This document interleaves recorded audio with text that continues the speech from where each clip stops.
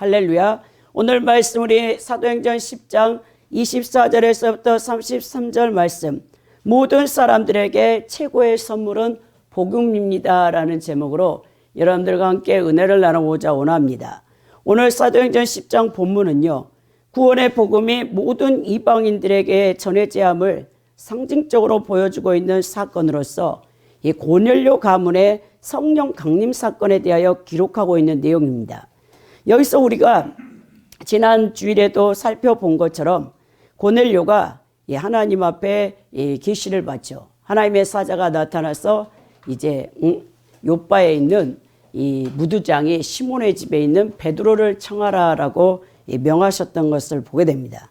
더 나아가서 베드로 역시 이제 정오쯤에 기도를 하는 가운데 환상 가운데서 하늘에서 이 보자기가 이제 내려왔죠. 네 귀퉁이의 그 보자기에 이 가증한, 그러니까 유대인 음식법 규례에서 이 가증한 이 짐승들, 먹지 못하는 것들, 부정하다고 여기는 그런 이제 이 짐승들이 거기에 들어 있었죠. 그런데 이 하나님의 음성이 들려와서 그것을 잡아먹으라 하는 거예요. 그러니까 베드로가 엄청 놀랬잖아요.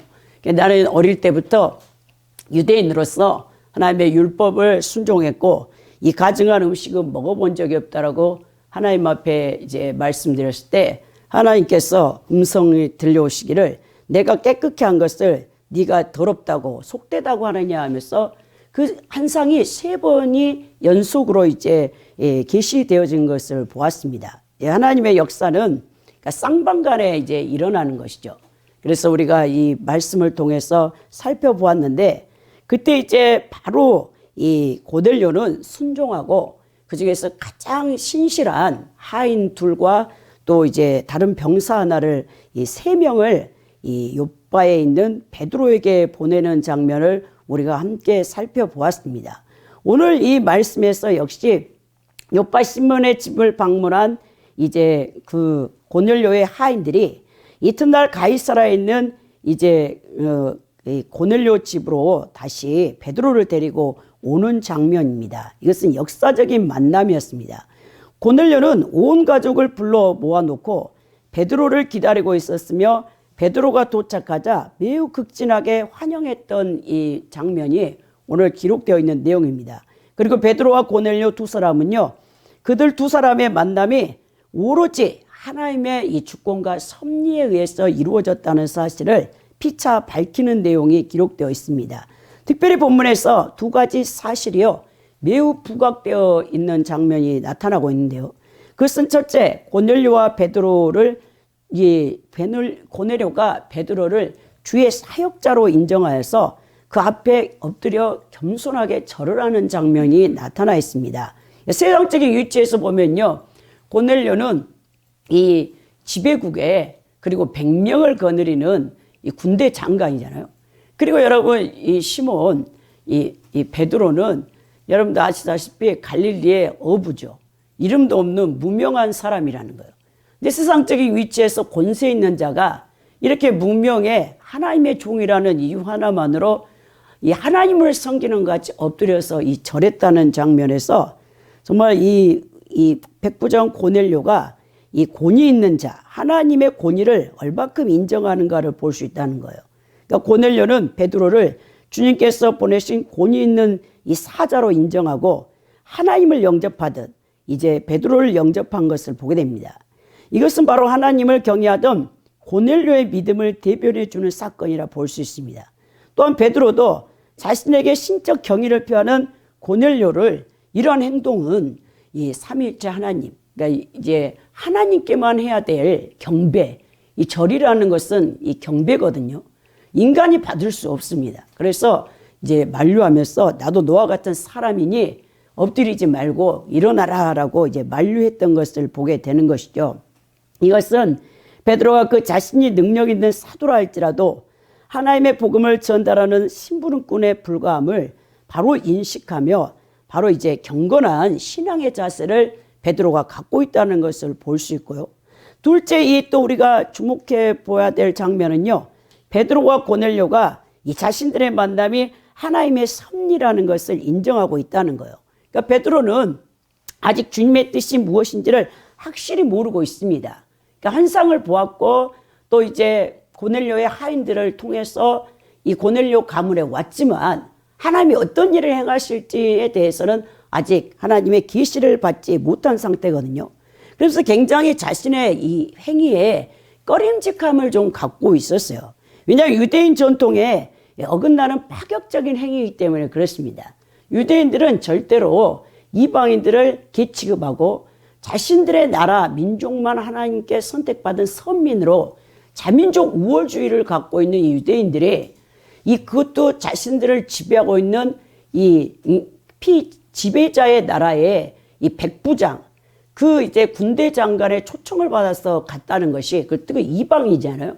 굉장히 꺼림칙한 가운데 있었지만 하나님 말씀에 순종하여 유대인의 전통에 어긋나는 파격적인 행위를 하고 하나님 뜻에 순종했다는 것을 강조하고 있습니다.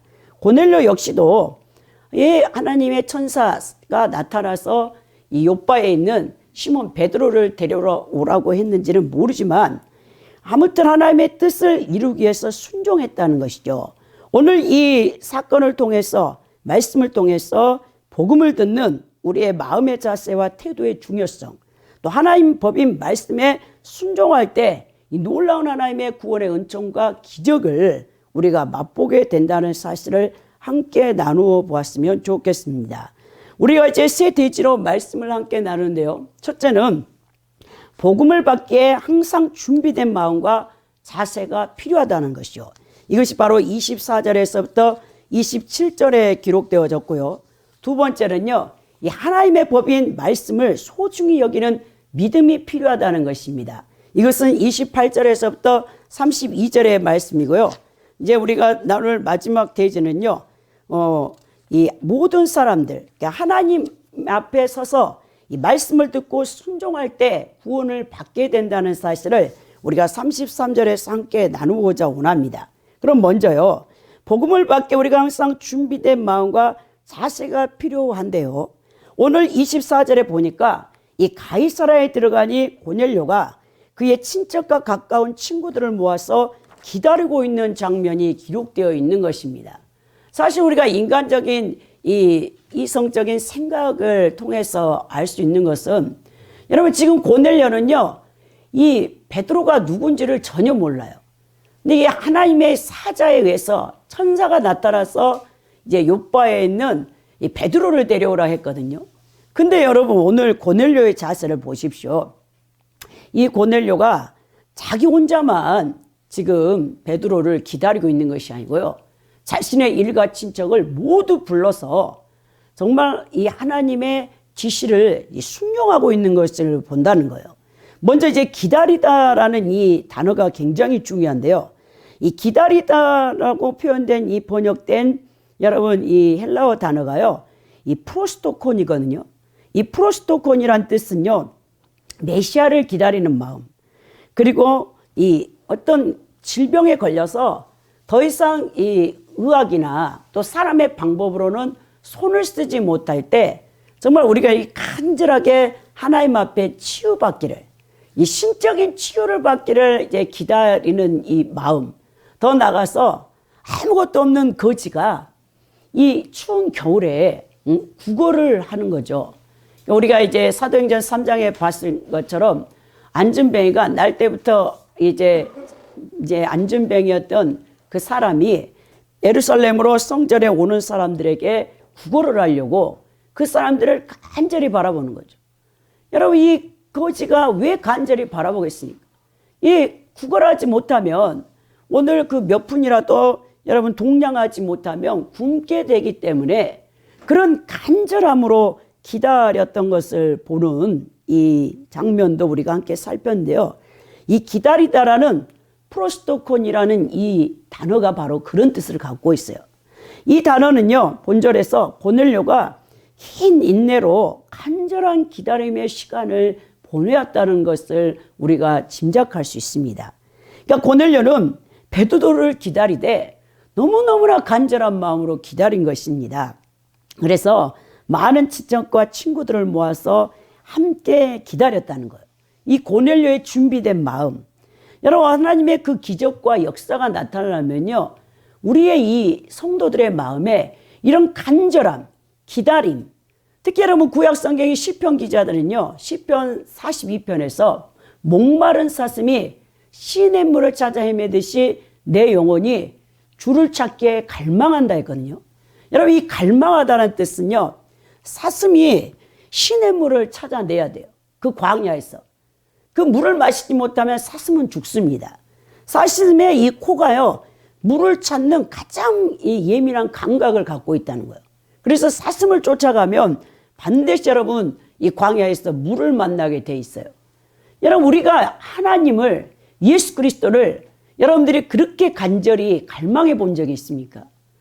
정말 저의 모든 인생과 또 구원받는 과정과 제가 사역자로 나가기까지 정말 간절함이 많이 있었던 것 같아요.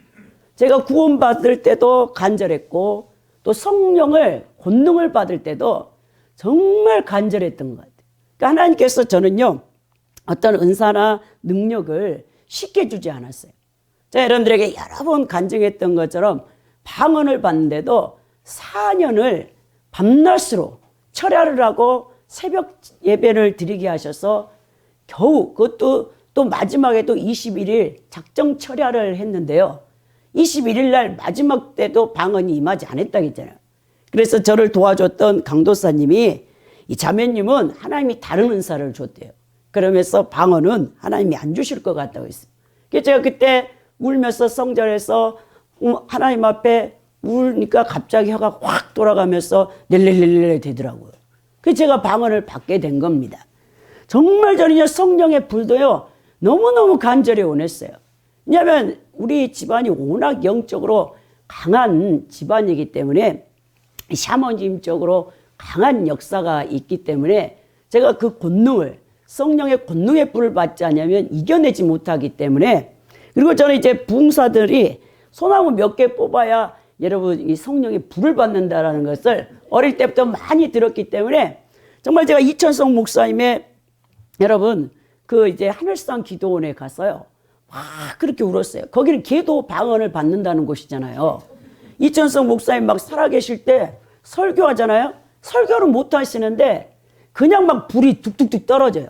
제가 아시는 남자 집사님은 이제 팀들과 함께 계속 철야를 다니면서 불을 받기를 원하는데 자기는 못 받고 자기하고 이제 같이 갔던 친구만 막 불을 받았고 나가 떨어지고 방언을 낼렐렐렐 막 했다는 거예요. 그 간증을 하더라고요.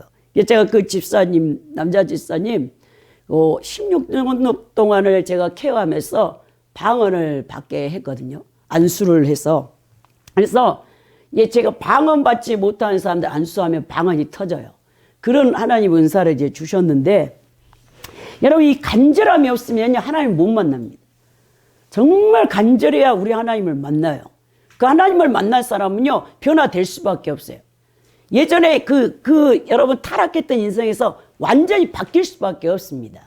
그렇게 정말 우리가 변화를 받는데, 오늘 여러분 고넬료가 얼마나 간절히 이제 베드로가 오기를 기다렸는지 몰라요. 3일 길을 걸려서 하인들이 데리고 오는데 정말 간절하게 기다리고 모든 일가 친척들을 다 불러다 놓고 모아놓고 기다리고 있는 것이죠.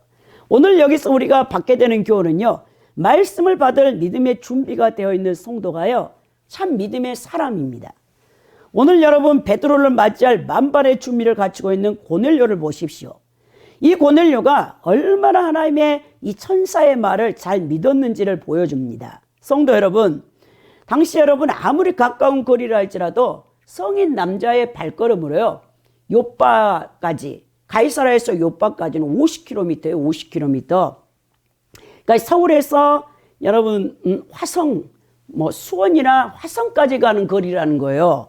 성인 남자의 걸음으로 12시간 좋게 걸어야 도착할 수 있는 이 거리죠. 그러니까 고넬료는요, 그 하인들이 베드로를 데려올지, 그리고 진짜 베드로가 올지 전혀 그것은 알지 못합니다. 그러나 그는 정말 간절히 믿음을 가지고 기다리는 거예요. 하나님의 사자를. 그리고 가족들까지도 다 불러다 놓고 이제 도착하기만을 기다렸죠. 이렇게 여러분 마치 이 고넬료가 약속된 사람을 기다리시지 준비를 갖추고 기다리는 이 모습을 살펴볼 때 오늘 하나님의 말씀을 받을 준비가 된 사람은요, 이처럼 준비하고 기다리는 자가 되어야 된다는 거예요. 하나님의 임재와 이 만남을 기대하며 소망하는 사람만이 믿음의 사람이라는 것입니다. 사랑하는 성도 여러분, 우리도 이처럼 우리가 믿는 바에 대해서 준비가 되어져야 된다는 거예요. 예수님께서 우리는 이제 모든 성경에 66권에 계시된 말씀 가운데 성취되지 않는 딱 하나의 이 약속이 있죠. 이것은 바로 예수님의 재림입니다. 지금 우리는 마라나타의 신앙을 가지고 예수님의 재림을 간절히 기다리고 있는 이 현대 21세기에 말세의 지말에 살고 있는 성도들이라는 거예요.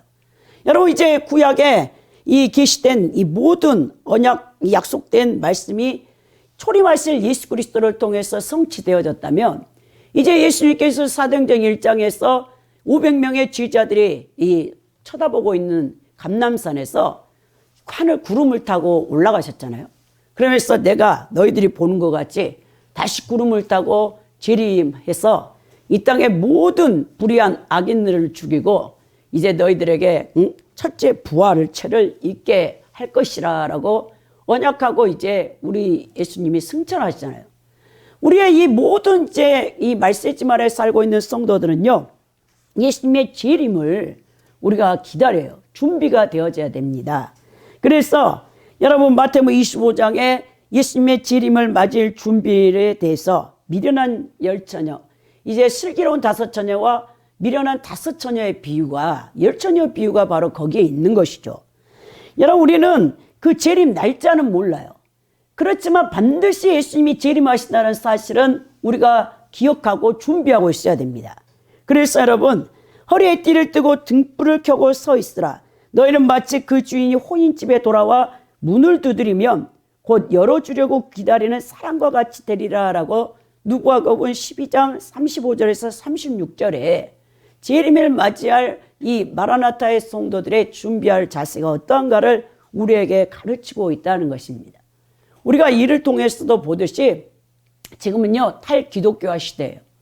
대형교회를 비롯해서 중형교회 그리고 개척교회를 비롯해서 젊은 세대들이 교회에 없다는 거예요. 정말 심각합니다, 여러분. 다 이제 60대, 70대, 80대, 또 장수하신 분들은 90대. 그분들은요, 우리나라에 엄청난 부흥이 있는 60년대, 70년대부터 신앙생활을 뜨겁게 했던 분들이 지금 교회 안에서 자리를 지키고 남아있는 거예요. 유럽교회와 미국교회는요, 다 무너졌잖아요, 이미. 유럽은 그렇게 찬란한, 여러분, 1000년 동안의 이 중세교회의 그 화려한 교회 안에 이 백발의 그 노인들, 뭐 5명에서 10명, 많게는요, 20명 미만의 그런 분들이 와서 여러분 예배를 드리고 있어요, 주일날. 이 유럽교회가 다 그렇게 됐단 말이에요.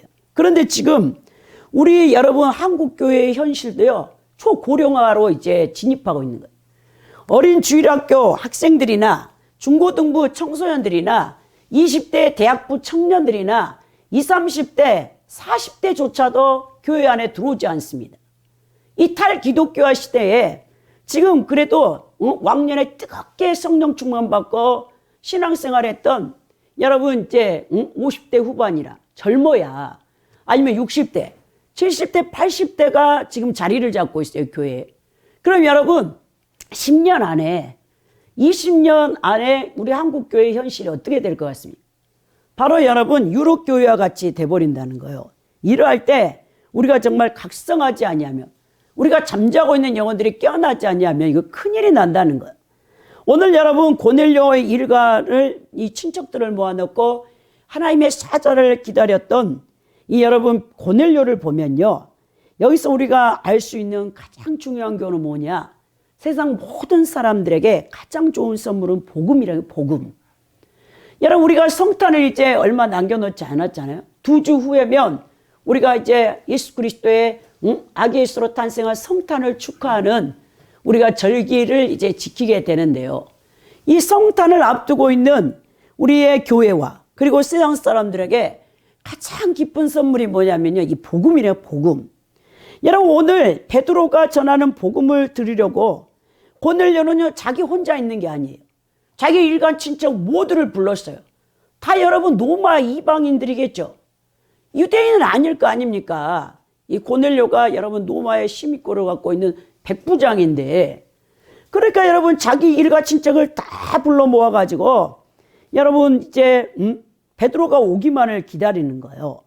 그 하나님께서 주시는 이 환상을 통해서 주의 천사가 베드로를 불러오라, 주의 종을 데려오라 했을 때 자기 혼자만 들으려고 하지 않는 거예요. 복음은요, 사람으로 거듭나게 하고 마침내 영원한 생명을 얻게 하는 놀라운 능력을 갖고 있습니다. 헬라어 단어로 복음은요, 유앙겔리온이에요. 영어로는 가스펠이라는 거예요. 기쁜 소식. 정말 이 세상에서 가장 기쁜 소식은 복음이라, 복음.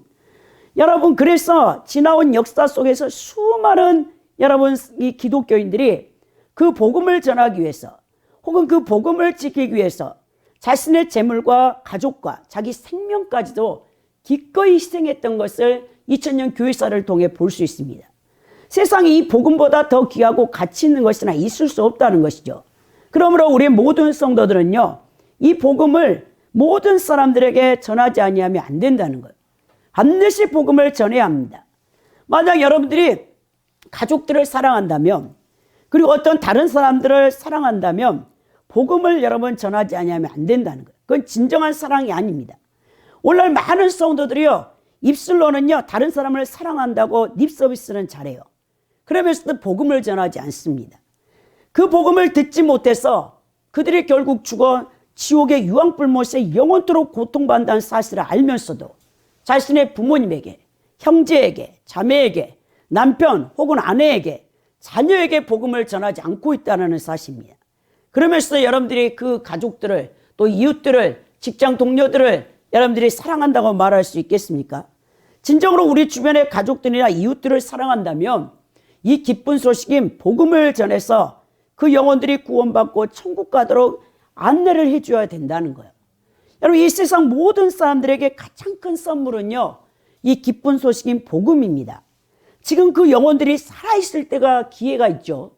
이 하나님의 말씀, 예수 그리스도의 십자가의 죽으심과 또 부활하심과 이 재림을 담고 있는 이 복음을 들을 기회를 이 살아있을 때만, 여러분 육체를 갖고 있을 때만 기회가 주어진다는 거예요. 그래서 우리의 모든 성도들은요, 때를 얻든지 못 얻든지 복음을 증거해서 영혼 구원에 힘을 써야 된다는 것입니다. 오늘 25절에 보면요, 마침 베드로가 들어올 때 고넬료가 맞아 발 앞에 엎드려 절하니 그랬어요. 여기서 절하다란 뜻은 프로세네키센인데요, 이 낱말의 뜻은요, 하나님과 같이 존귀하게 여기는 이 신적인 존재에 대한 경배를 묘사할 때 쓰이는 용어예요. 사실 여러분, 이 단어는 인간에게 쓸 수 없습니다. 삼일체 하나님께만 쓸 수 있는 단어가요, 여러분 이 프로세네키센이에요. 이 절하다는 뜻이거든요. 경배하다는 뜻인데, 따라서 본절의 고넬료 행동은요, 베드로를 신적인 대상으로 여겨 종교적으로 예배하는 심정으로 절했음을 보여줍니다. 왜냐? 이방 사람이었기 때문에, 유대인이 아니기 때문에 그걸 아직 모르는 것이죠. 그러나 그런 행동은 하나님께서 기뻐하시는 바가 아니었으므로 베드로가 극구 말리는 것이죠. 금지시켰습니다. 그러니까 로마의 백부장인 고넬료는요, 이 베드로를, 하나님의 사자인 베드로를 존경할 다른 어떤 방법이 없기 때문에 그들이 황제나 로마 황제나 상관들에게 항상 이렇게 절을 했거든요. 로마 황제들이 자기가 퀴리오스라 했기 때문에, 그래서 그런 자세를 똑같이 베드로 앞에 엎드렸던 것이죠. 이 고넬료의 생각에는요, 이 베드로는 하나님의 천사가 지명한 사람으로 틀림없이 신적인 존재로 여겼을 가능성이 있어요. 그러나 베드로 입장에서는요, 이건 경계해야 될 일이라는 것이죠. 그래서 주의 종들이요, 막 성령의 강한 역사, 능력이 나타나면요, 사람들이 추종을 해요. 사람들에게 경배를 받고 추앙을 받고 추종을 받으면요, 인간은요 자신도 모르게 타락합니다. 왜냐하면 인간은요 영혼육으로 지음받은 존재이기 때문에 육신의 정욕, 안목의 정욕에 이 사탄의 시험을 받는 것은 낮은 단계의 시험이에요. 사실 예수님을 마태복음 4장에서 사탄이 시험할 때요, 마지막 천하만국의 영광을 보여주잖아요. 높은 산 위에 올라가서 그리고 나한테 한 번만 절하라고 하는 거예요. 그러니까 하나님, 성부 하나님 한 분만 받아야 될 경배를 마귀 사탄이 받고자 원하는 거죠. 예수님을 여러분 이 이생의 자랑으로 미혹하는 겁니다. 그때 예수님께서 주 하나님, 너의 하나님 한 분만에게 경배하라면서 기록된 이 신명기의 말씀으로 물리치는 것을 보거든요. 근데 이 종교 지도자들이 가장 크게 유혹받는 것이요, 하나님 자리에 오르는 거예요. 이게 바로 이생의 자랑의 이 자리에 올라서 하나님 한 분만 받아야 될 경배를 인간이 자기가 추앙을 받는 거죠. 그래서 여러분, 사람이 추종하지 않을 때는 정말 겸손하다가요, 사람들이 따르잖아요. 그럼 사람은요, 자기도 모르게 자기 컨트롤을 못해요. 교만기가 들어가가지고 순식간에 사탄이 짓는 죄를 동일하게 인간은 짓습니다. 그래서 다른 사람들의 앞에 군림하고 경배를 받는 무서운 죄를 범해서 지옥 가는 경우가 많이 있다는 것이죠. 그래서 여러분, 항상 우리는요, 그것을 경계를 해야 됩니다. 사도들은요, 이방인들의 이런 합당치 않는 행동에서 한결같이 자신들을 낮추는 것을 우리가 보게 되는데요. 우리가 그래서 정말 중요한 것은 크리스찬들이 참된 겸손을 갖고 있어요. 겸손. 이 겸손은요, 아무에게나 주어지는 게 아니에요. 이 겸손을 하려면요, 하나님의 시각으로 자신을 볼 수 있는, 여러분 자신을 측량할 줄 아는 잣대를 갖고 있어야 돼요. 인간은요, 여러분 먼지에 먼지, 티끌입니다. 아브라함도 하나님 앞에 자신은 티끌이라고 했어요. 우리의 인류의 조상인 아담이 지음받을 때도 창세기 1장에 여러분 보면은요, 우리 하나님께서 티끌 한 줌을 주어요. 그리고 그것을 하나님의 형상과 모양대로 지음받게 하죠. 그 코에 생기를 넣어주니까 살아있는 생명, 살아있는 존재가 되어졌다고 합니다. 그렇지만 여러분, 우리의 이 육체를 구성하고 있는 것이 티끌이에요. 먼지입니다. 흙입니다. 욥도 그것을 고백을 많이 합니다. 티끌 같은 이 존재가 창조주 하나님 앞에 이 교만해서는 절대 안 된다는 거예요. 그래서 우리가 여러분 죽으면 화장해서 한 줌의 재예요, 재. 재밖에 나오지 않습니다. 돌아가는 거죠, 인간이. 만물이 주께서 와서 주께로 돌아간다 했는데, 정말 우리가 우리 자신을 이 한 줌의 재라, 내가 흙이라, 이 사실을 잊어버리면요, 인간이요, 겸손을 잊어버려요. 그래서 하나님의 사자인 베드로가 여러분 자신을 겸손하게 볼 수 있는 그 이유가요, 바로 하나님의 잣대로 자신을 이 측정할 수 있는 초라한 눈을 갖고 있었어요. 베드로는 사실 예수님을요 3번이나 부인한 죄인 중에 여러분 괴수였죠.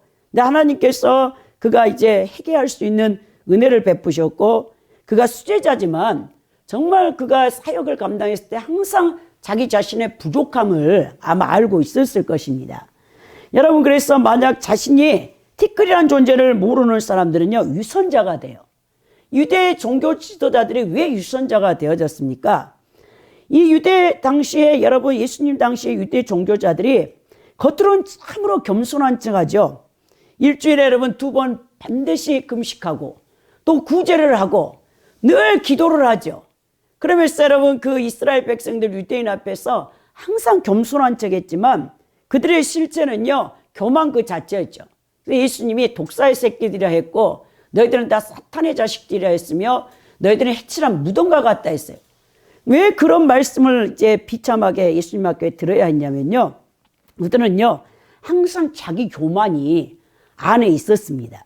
그래서 그들은 항상 잔치의 상석과 해당의 상자와 시장에서 문안받는 것과 사람에게 납비라 칭함받는 것을 좋아했다라고 마태복음 23장 5절에서 7절에 기록되어 있는 것을 보게 된다는 거예요. 그러니까 바리새인과 유대 종교자들이 유선적이고 교만했던 이유는요, 하나님 앞에서 진실로 자신을 발견하지 못하고 늘 사람의 기준으로 그 다른 사람보다 자신이 낫다라고 여러분 거기에 빠져 있어요. 그러니까 자기 의에 충만했던 자들이라는 것이죠. 여러분, 이런 사람들은요, 겉으로는 아무리 겸손한 척해도 그것은 외식에 불과한다는 가면을 썼다는 것이죠. 진정으로 여러분 그들은 겸손해질 수 없습니다. 그러므로 오직 우리 모든 크리스찬들은 하나님 존전 앞에서 하나님 눈으로 자신을 바라볼 수 있는 시각을 갖고 있어야만 겸손을 유지할 수 있다는 것이죠. 오늘 26절에 보면요, 베드로가 이렇게 이르되 일어서라 나도 사람이라 하고 했죠. 나도 사람이라라고 소리를 쳤습니다. 그러면서 이제 27절에 더불어 말하며 들어가 여러 사람이 모인 것을 보고 그랬죠. 이제 안에 들어가 보니까 깜짝 놀란 거예요. 베드로가 이제 안으로 들어가니까 이 고넬료의 모든 일가 친척이 다 와서 베드로를 이제 맞이하려고 준비하고 있었습니다. 얼마나 놀랬겠습니까, 여러분? 제가 이제 신학교 시절에 참 그때는 성령 충만했어요. 누가 저를 초청하지도 않아요. 근데 제가 신방을 가요. 아시는 분들에게 전화해서 집사님, 기도를 좀 해주고 싶다고. 워낙 이제 성령 충만하니까 뭐 전도도 막 성령이 사로잡고 다니니까 제가 뭐 온자력병원이나 이제 신촌 세브란스 병의 암병 센터에만 이게 전도를 이제 가게 되는 거죠. 성령이 붙들려가지고 토요일마다 이제 그렇게 전도를 갔었는데, 제가 이제 여의도 순복음교회에서 유럽 선교회 8년을 제가 봉사하는 이런 이제 신학생들은 반드시 봉사 평가서가 있어요. 우리 영산신학교는 그 눌눌하게 신학교를 다닐 수 있는 게 아닙니다. 이 자기가 봉사처에서 거기 이제 선교회 회장님이나 거기 직분 있는 분에게 반드시 이제 1년에 한 번씩 봉사평가서를 갖다 내야 돼. 그래가지고 그 봉사평가서가 없으면 우리는 목회 실습에서 F학점을 맞게 되는 거예요. 그래서 제가 이제 우리 유럽 선교에 있는 이제 연로하신 분들, 힘들어하는 분들을 제가 이제 찾아가는 거예요. 전화를 일일이 해가지고 신방을 가는 거죠. 예비 이제 전도사라고 저를 깍듯이 겸손하게 이제 그 연로하신 권사님들이 맞이해 주는데요. 정말 이제 어느 날 우리 그 이제 이 여자 집사님 남편분이 암에 걸렸어요. 암. 대장암 말기인데요. 토요일에 제가 직장 끝나고 그 집에 이제 신방을 딱 갔어요. 목동에 살았거든요. 그래서 이제 집사님, 여자 집사님이 차로 자가용으로 픽업하러 왔더라고요. 그래서 제가 딱 갔더니 그 집에 갔더니 온 가족이 다 와 있는 거예요. 시골에서부터 여동생, 뭐 이제 삼촌들, 막 연세 드신 분이 30명이 모여 있는데 제가 완전히 쫄았잖아요. 신학교 이제 1, 2학년밖에 되지 않는 예비 이제 이 전도사가, 그 남편분 집사님 예수님도 안 믿는 분이에요. 그렇게 여의도 순복음교회 교육자가 가서 신방을 하고 기도를 해도 다 거부하는 분이에요. 왜냐하면 이제 그분이 신원 에베네셀이라고 여러분들이 유명한 그 회장님 있잖아요. 그 회장님의 그 모든 재정을 관리했던 부장이에요. 근데 이제 그분이 많이 이중장부를 했나 봐요. 근데 이 남편이 워낙 고든 사람이라 무슨 크리스찬이, 그리고 정말 이 간증 집회 많이 다니는 내노라는 회장님이 이제 세무서에 여러분 국세청에 세금을 다 온전히 부과하지 않으려고 이중장부를 이 집사님 남편에게 맡긴 거죠. 그러니까 이제 그것을 수십 년 해오다 보니까 예수 믿는 사람들은 이 나쁘다, 악하다, 이 국가의 이 세금도 다 떼먹으면서 간증 집회는 너무 화려하게 다닌다 해서 이게 싫어한 거예요. 근데 저같이 이제 이름도 없는 이 무명의 신학생이 가가지고 한번 예배 드려준다니까 거기 집에 30명이 모여있는데 쫄아가지고 거실에 너무 잘 사니까, 집도 목동 여러분 아파트인데 평수도 엄청 큰데 거기 다 응접실에 모여있더라고요. 그래가지고 제가 이거 예배를 인도해야 되는데 어떻게 해야 되지? 다 잊어버렸어. 그런 가운데 이제 성령이 사로잡으니까 이 남편 집사님이요, 제가 별 말씀도 안 전해서 저는 항상 복음을 전하러 가면 요한복음 3장 16절을 전하거든요. 하나님이 세상에 일전을 사랑하셔서 독생자를 주셨으니 이는 누구든지 저를 믿는 자마다 멸망치 않고 영생을 얻게 하심이라. 그 말씀 한마디 선포해주고 예수님의 십자가의 사랑 증거해주고, 그렇게 이제 설교를 그때는 못했으니까 그렇게 딱 했는데 이분이 마음이 움직였더라고. 막 우는 거예요. 그래가지고 이제 안수기도를 딱 했는데 그때 이제 예수님 영접하시겠습니까? 했더니 영접한대요. 그럼 그분이 영접하고 이제 몇 달 살지 못하고 천국에 가신 사건이 있었는데, 오늘 여러분 이 베드로가 고넬료 집에 그것도 이방인의 권세 있는 백부장의 집에 들어갔는데 일가 친척이 몇십 명이 모여있다고 생각해 보십시오. 성령 충만하지 않으면 쫄아가지고요, 여러분 사역을 못한다니까요. 딱 들어가니까 그 사람들이 청백청백한 눈으로 다 지켜보고 있는 것이죠. 베드로가 이제 거기서 그리스도의 복음을 증거해서 놀랍게 성령이 이제 완전히 이 고넬료의 일가 친척 모두를 한꺼번에 구원받는 이 역사가 나타나는 거예요. 사실 여러분 이렇게 되면 얼마나 여러분들 좋겠어요. 우리 정말 열방 선교계 우리 성도님들 기도 제목을 제가 늘 이렇게 이 연초에 받아서 지금 연말까지 다 해서 매일같이 이제 기도하거든요. 새벽에 기도하고 이제 우리 수요예배, 금요예배, 공예배 있을 때도 항상 기도하고 하는데 이 가족 구원이 안 이루어지고 있잖아요. 근데 이렇게 고넬료의 집같이 성령께서 이제 한꺼번에 다 예수님을 믿게 해가지고 신실한 여러분 예배자가 되면 얼마나 좋습니까? 이런 엄청난 축복이 우리 교회 성도님들의 이 가정 가운데 내년에는 반드시 임할 수 있기를 예수님으로 축원드립니다. 오늘 여러분 그래서 두 번째 보면 이 하나님의 법인 말씀을 소중히 여기는 믿음이 필요한데요. 오늘 28절에서 32절에 말씀하시기를 28절에 유대인으로서 이방인과 교제하며 가까이 하는 것이 율법인지를 너희도 알거니와 하나님께서 내게 지시하사 아무도 속되다거나 깨끗이 않다 하지 말라 하시기로 한 거예요. 왜 내가 여기에 왔냐면 베드로가 그 고넬료의 일가 친척들에게 이제 얘기를 하는 것이죠.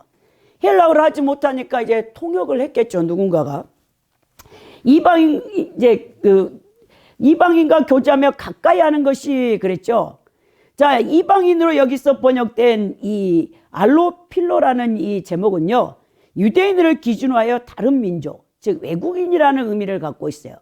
하나님께서는 이스라엘 백성을 가나안 땅으로 인도하실 때 그 땅의 원주민들의 문화인 우상 숭배 등을 철저히 금하시고 그들과 절대 혼인하지 말라고 여러분 이제 신명기 이 7장에 2절에서부터 4절에 기록되어 있거든요. 그 율법에 따라서 유대인들은요 절대 이방인들과 여러분 접촉하지 않습니다. 그래서 절대로 이 유대인들은요 이방인과 식탁 교제를 하지 않아요. 또 그들의 집을 방문하기조차도 꺼려합니다. 이런 사실을 알고 있던 이 베드로의 행위는요 굉장히 여러분 납득하기가 어려워요. 베드로도 이러한 자기 행동이 유대인 전통에 어긋난다는 이름을 잘 알고 있습니다. 그래서 베드로는요 그가 들었던 하나님의 계시의 말씀을 이제 15절에 그 환상을 얘기해 주면서 하나님께서 그 환상 가운데 이 불결한 짐승들을 보여주고 잡아먹으라 했고 그것이 내가 깨끗하게 한 것을 속되다고 하지 말라고 했다라는 것을 이제 이 이방인들에게 얘기하면서 이것이 이방인과 교제하는 것은 하나님의 순전한 뜻이다라는 것을 뒤늦게서야 이제 베드로가 깨닫게 되는 것이죠. 교제하다라는 이 콜라스다이라는 이 단어는요 달라붙다.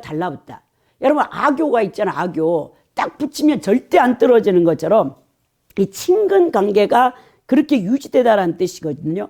그러니까 우리가 이 사람하고 친근해지려면 가장 먼저 우리는 밥을 먹게 되잖아요. 한 공동체에서 식사를 하면 우리가 이 친교가 이루어지는 것을 보게 될 때 바로 이제 교제하는 것이 하나님의 이제 뜻이라는 것을 알고 단순히 음식 규례의 철폐만 의미한 것이 아니고 유대인들이 부정하다고 여겨왔던 이방인도 더 이상 속되지 않고 깨끗함을 보여줬다는 환상을 뒤늦게서야 이제 베드로가 깨닫게 되는 것입니다. 여러분 그래서 우리가 여기서 깨닫는 교훈은요 이 그리스도의 십자가가 선 곳에는 모든 장벽이 무너진다는 거예요. 이 화평의 복음이라고 사도행전 10장 36절에 기록되어 있는데요. 또 로마서 10장 12절 13절에도 유대인이나 헬라인이나 차별이 없습니다.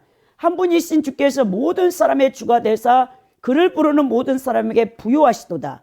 누구든지 주의 이름을 부른 자는 구원을 받으리라라고 바울 사도가 이 말씀하신 것처럼 이 그리스도의 이 십자가는요 모든 장벽을 철폐해 버립니다.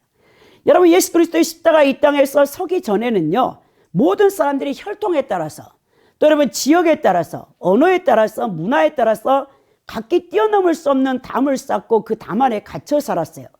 하지만 그리스도가 십자가에서 인류의 죄를 대속하시고 그 피를 흘려주심으로 하나님 안에서 이 모든 장벽이 무너졌습니다. 예수 그리스도의 이름을 부르는 자마다 하나님 안에서 한 백성이 되어진다는 것이죠. 그래서 바울이 얘기한 것처럼 에베소서 2장 11절에서 20절에 이제 그리스도 안에서는요, 외인도 아니고 나그네도 아니고 오직 성도들과 동일한 시민이요 하나님의 권속이 되어진다는 것입니다. 그래서 여러분, 우리가 예수 그리스도를 믿고 거듭난 성도들은요, 하나님 안에서 한 백성, 한 자매, 한 형제가 되어졌기 때문에 내 피부치 같이 사랑하고 아껴줘야 된다는 거예요. 물론 여러분, 우리 다 각자 성도들마다 성격이 다르고 언어가 다르고 행동 방식이 다릅니다. 때로는 너무 나하고 안 맞는 것 같은 가치관과 또 그런 성격을 갖고 있는 우리 성도들이 한 교회 안에 있을 수 있습니다. 그러나 우리는요, 그리스도의 사랑으로 서로를 이해하고 인정을 해 주어야 된다는 거예요. 만일 우리가 아직도 예수님을 믿는 다른 형제나 또 이 자매들을 용납할 수 없다면 우리 마음속에는 아직도 예수 그리스도의 피 묻은 십자가가 온전히 서 있지 못하는 우리의 그 연약한 모습이라는 것이죠. 아직도 우리의 마음 중심에 자기 중심주의, 자기가 왕 노릇하기 때문에 다른 사람에게 나를 내어주지 못함으로 우리가 다른 사람을 판단하고 정죄하고 또 우리가 하나가 되지 못하는 것을 볼 수 있게 된다는 것이죠. 그래서 성화되어진 만큼 여러분들은요, 모든 사람을 용납하고 관용하고 사랑할 수 있는 사람이 되어진다는 것입니다. 오늘 29절에 보니까 부름을 사용하지 않냐고 왔노라 묻노니 무슨 일 나를 불렀느냐라고 하는 거예요. 네가 보내 이제 하인들을 통해서 나를 초청한다게 내가 이제 이 모든 연희를 제쳐놓고 왔는데 왜 나를 불렀느냐라고 베드로가 이제 묻는 것이죠. 그리고 여기서 우리가 깨닫는 이 교훈은요, 하나님의 말씀은요, 모든 이 세상의 법 위에 상위법이라는 것이죠. 여러분, 오늘 28절 29절을 보면 베드로는 고넬료에게 비록 유대인으로서 이방인과 교제하는 것과 가까이 하는 것이 법을 위반하는 것이지만 하나님께서 아무도 속되다거나 깨끗이 않다고 하지 말라고 말씀하셨기 때문에 고넬료의 부름을 사양치 않고 왔다라고 얘기합니다. 여기서 우리는요, 그 어떤 법보다도 하나님 말씀을 최고의 권위로 인정하는 베드로의 모습을 발견한다는 것이에요. 바로 이러한 정신이요, 사도들에게서 여러분 비롯되어지는데요. 초대교회의 성도들의 마음속에 그리스도가 유대교를 넘어서서 세계적인 종교로 발돋움할 수 있었던 이유가요, 바로 크리스찬들은 하나님 말씀을 최고의 권위로 알고 그 말씀에 순종했기 때문에 그렇다는 거예요. 여러분, 우리가요, 예수 그리스도를 믿는 이 기록된 하나님의 말씀의 법과 세상의 법과 여러분 또 국가의 법이 상충할 때가 있어요. 이럴 때 여러분들은요, 하나님의 말씀이 최고의 법이라는 걸 알아야 된다는 거예요. 하나님께서 말씀으로 명하신 일을 여러분들이 행할 때 이 세상은요, 여러분들을 말씀 순종하지 못하도록 거슬리는 것이 많이 있다는 거예요. 근데 사랑하는 성도 여러분, 여러분은 과연 하나님의 말씀을 얼마나 중요하게 여기고 계십니까? 세상의 어떤 법보다도 하나님의 말씀을 최상위의 법으로 여기며 지키고 있습니까? 그래서 아무리 큰 불이익과 고난을 당하게 된다 할지라도 그 법을 지키려는 마음이 여러분 안에 있는가?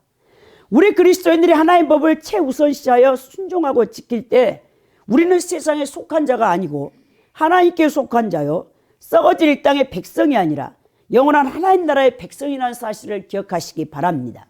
성령 하나님의 백성으로서 하나님 말씀을 그 어떠한 법보다도 우선시하며 여러분들은 살아야 된다는 거예요. 그래서 여러분, 하나님이 말씀하시면 이유를 묻지 말고 따지지 말고 행하는 것이 바른 순종의 자세라는 거예요. 오늘 베드로가 하나님이 명령했기 때문에 고넬료의 부름을 사양치 않고 왔다라고 그가 말하는 것입니다. 여러분, 순종이란요, 이유를 묻지 않고 행하는 것이에요. 이유를 따져 묻고 그 이유가 자신의 마음과 이성에 합리적일 때는 행동으로 옮겨 순종하고 자기 이성과 상식과 논리에 부합되지 않을 때는 불순종하는 것은 순종이 아닙니다. 여러분, 이유를 알든 모르든 하나님께서 명령하시면 여러분들은 그 말씀에 순종해야 된다는 거예요. 아브라함이요, 여러분 백세 얻은 이 이삭, 독자 이삭을요, 창세기 22장에 보면요, 모리아산의 번제물로 드리라고 명합니다. 여러분 그때 얼마나 아브라함이요 놀랬겠습니까? 이 사람을요 다 각을 떠가지고 내장을 다 갈라내가지고 번제단 위에 올려서 여러분 제물로 바치라는 이 하나님의 이 명령을 여러분들이 일반 이성과 논리와 상식으로 여러분 순종할 수 있겠습니까? 그래서 아브라함이요 하나님 앞에 기도하며 혼자 엄청난 고민을 했을 것 같아요. 너무나 고뇌의 시간이었을 것 같아요. 아내 사라에게 말할 수가 없어요. 여러분 사라에게 말하면 미쳤다가지 제정신이라겠어요? 응? 미친 노인이 망령 들었다 하지.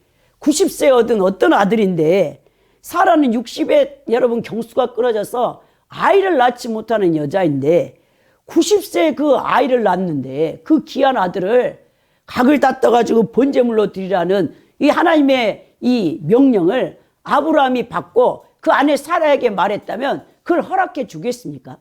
그래서 여러분 때로는요 하나님이요 나에게 이 명령하신 것은요 가족들과도 나눌 수가 없어요. 왜? 신앙의 가치가 맞지 않기 때문에. 아직 영적인 성장이 그만큼 되지 않는 내 아내, 내 남편, 내 자녀, 내 형제, 내 부모에게도 여러분 같이 나눌 수 없는 이 신앙의 고민이 있어요. 저도 그런 날을 수없이 많이 겪고 여러분 정말 논리와 이성에 맞지 않는 하나님께서 명하시면 이 순종하는 그런 훈련을 받아왔는데요. 그러니까 이처럼 참 순종이란 비록 그 이유를 알지 못할지라도 하나님께서 명하시면 순종해야 하는 것입니다.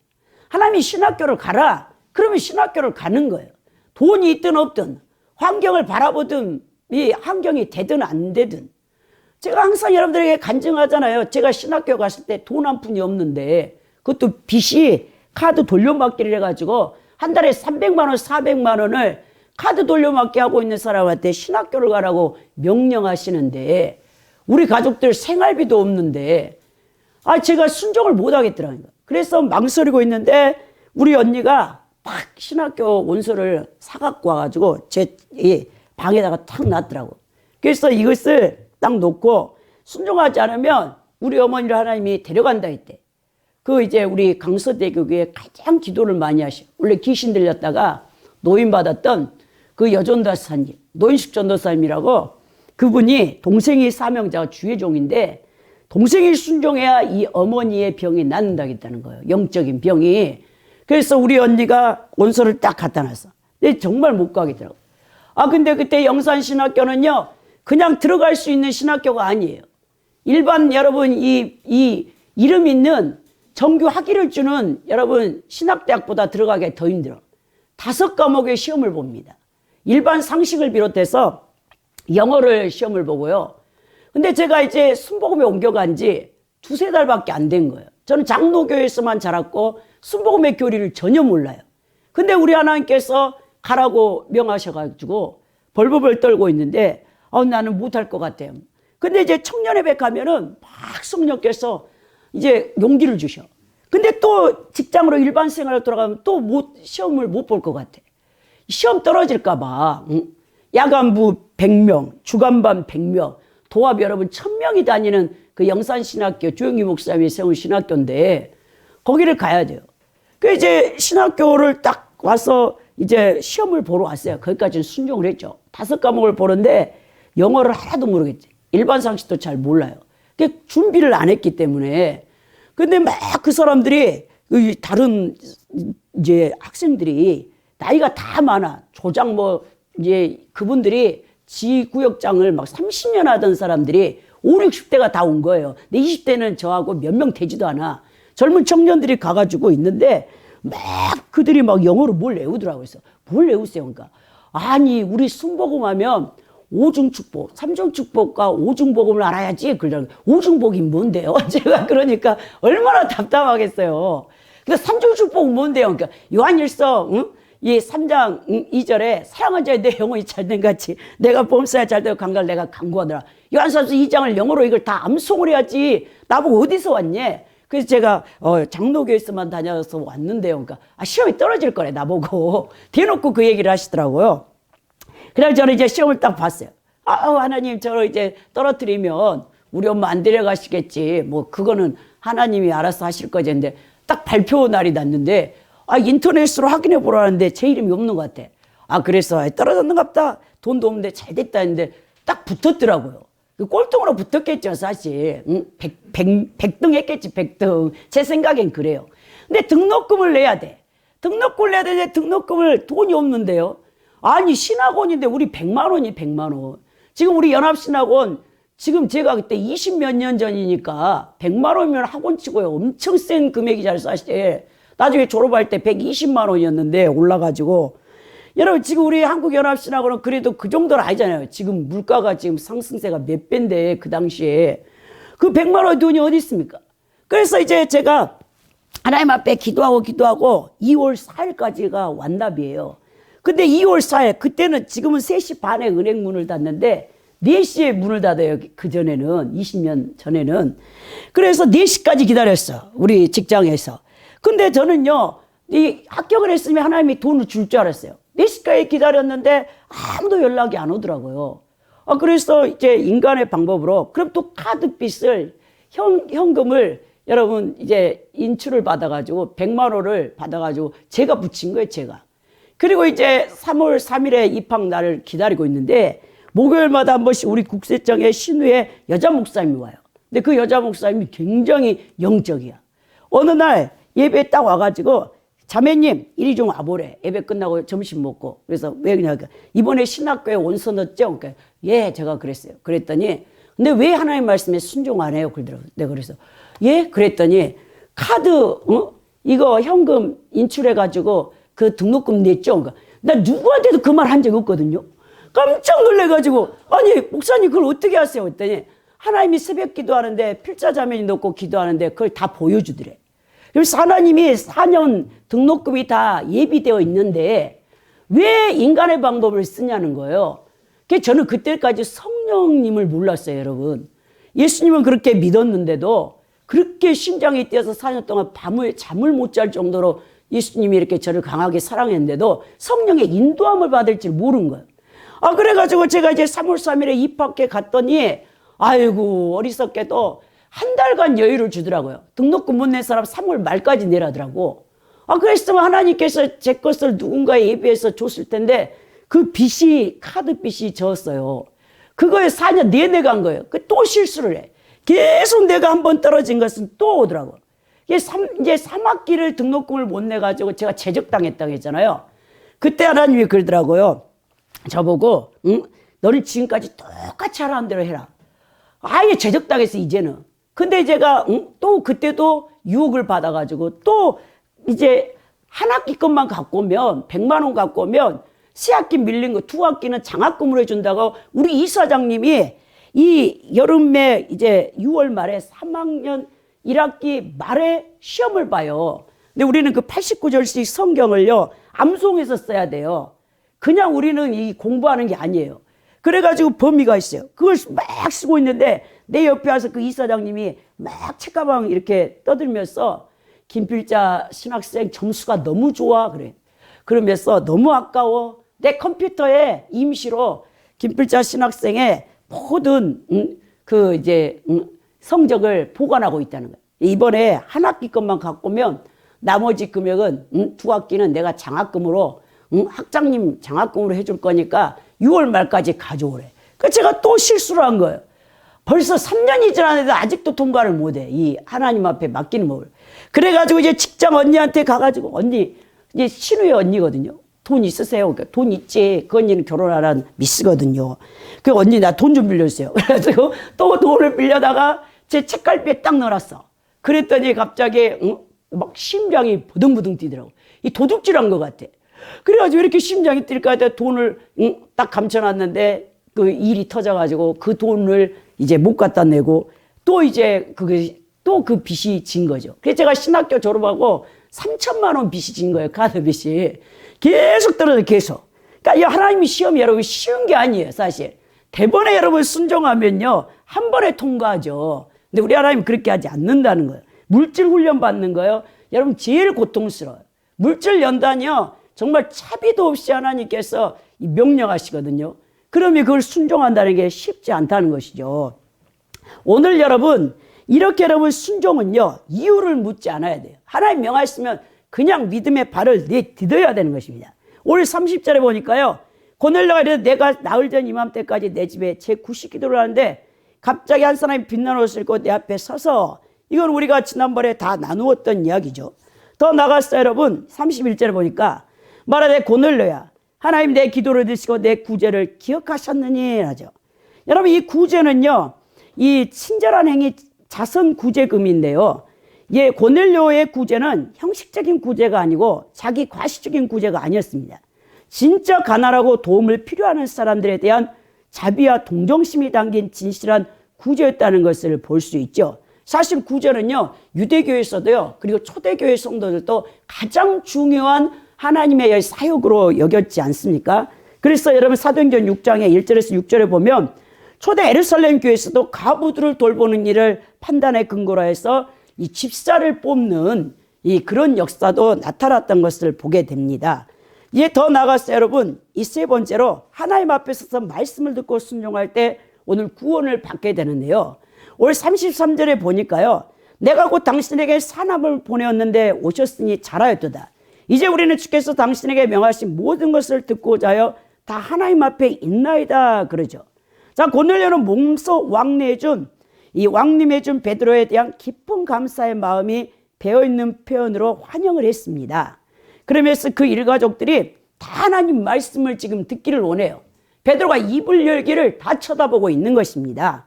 오늘 여기서 우리가 깨닫는 것은요, 이 코람데오 신전 의식을 가질 때만 여러분들이 하나님 말씀을 하나님 말씀으로 들을 수 있다는 것이요. 오늘 우리는 주께서 당신에게 명하신 모든 것을 듣고자 하여 다 하나님 앞에 있다라고 베드로에게 청하고 있습니다. 여러분, 왜 그렇게 했습니까? 바로 베드로를 보내신 분이 하나님이요, 하나님께서 그 베드로와 함께 하심을 믿었기 때문이죠.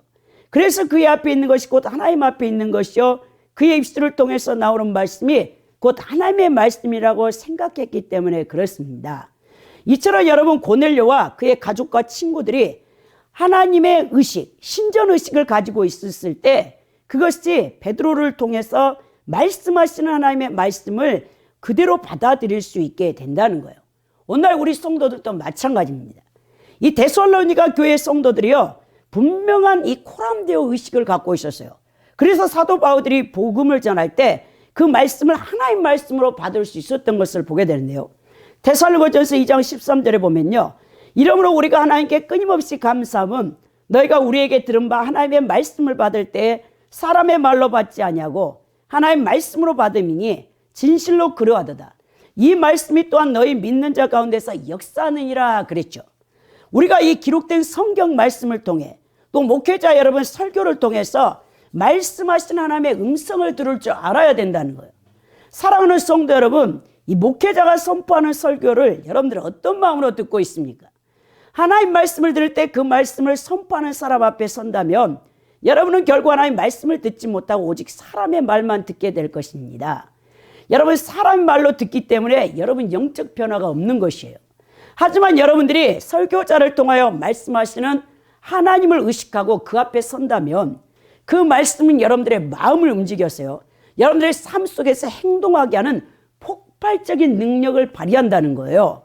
왜냐하면요, 하나님 말씀은 능력이 있어 좌우의 날성검보다 예리하여 우리의 여러분 혼과 영과 골수와 관절을 찔러 쪼갠다라고 히브리서 4장 12절에 기록되어 있는 것을 보게 된다는 거예요. 그래서 여러분들이 이 하나님의 말씀을 이 붙들고 이 순종하는 삶의 현장에서 능력을 발휘하게 됩니다. 그래서 여러분, 정말 하나님께서 여러분들을 쓰고자 원하시면 하나님 말씀, 음성을 듣고 순종하는 자들이 돼야 된다는 거예요. 결론적으로 고넬료는요, 비록 로마의 백부장이었지만 어떤 유대인보다도 하나님 말씀을 사모하며 하나님 만나기를 간절히 소망하여 구했던 사람입니다.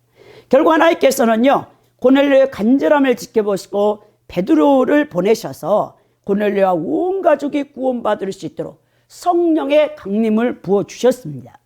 이 세상의 모든 사람들에게 최고의 선물은요, 바로 복음입니다. 우리는 복음을 증거할 때 때를 얻든 못 얻든지 그 눈물의 씨를 뿌려야 된다는 것이죠. 또한 우리 성도들의 신앙생활의 중심이요 말씀을 순종하는 데 기준을 둬야 된다는 것입니다. 말씀 중심의 그리스도인이 되어져야 한다는 것이죠. 말씀을 받되 사람의 말이 아닌 하나의 말씀으로 받을 수 있는 마음의 중심이 필요하다는 것입니다. 그리할 때 여러분들의 삶 가운데 이 능력의 말씀이 역사하여서 이 세상에서 능히 승리하고 하나님 앞에 영광 돌리는 복된 그리스도인들이 될 줄 믿습니다. 여러분들이 이런 축복을 받으시기를 예수 그리스도의 이름으로 축원드립니다.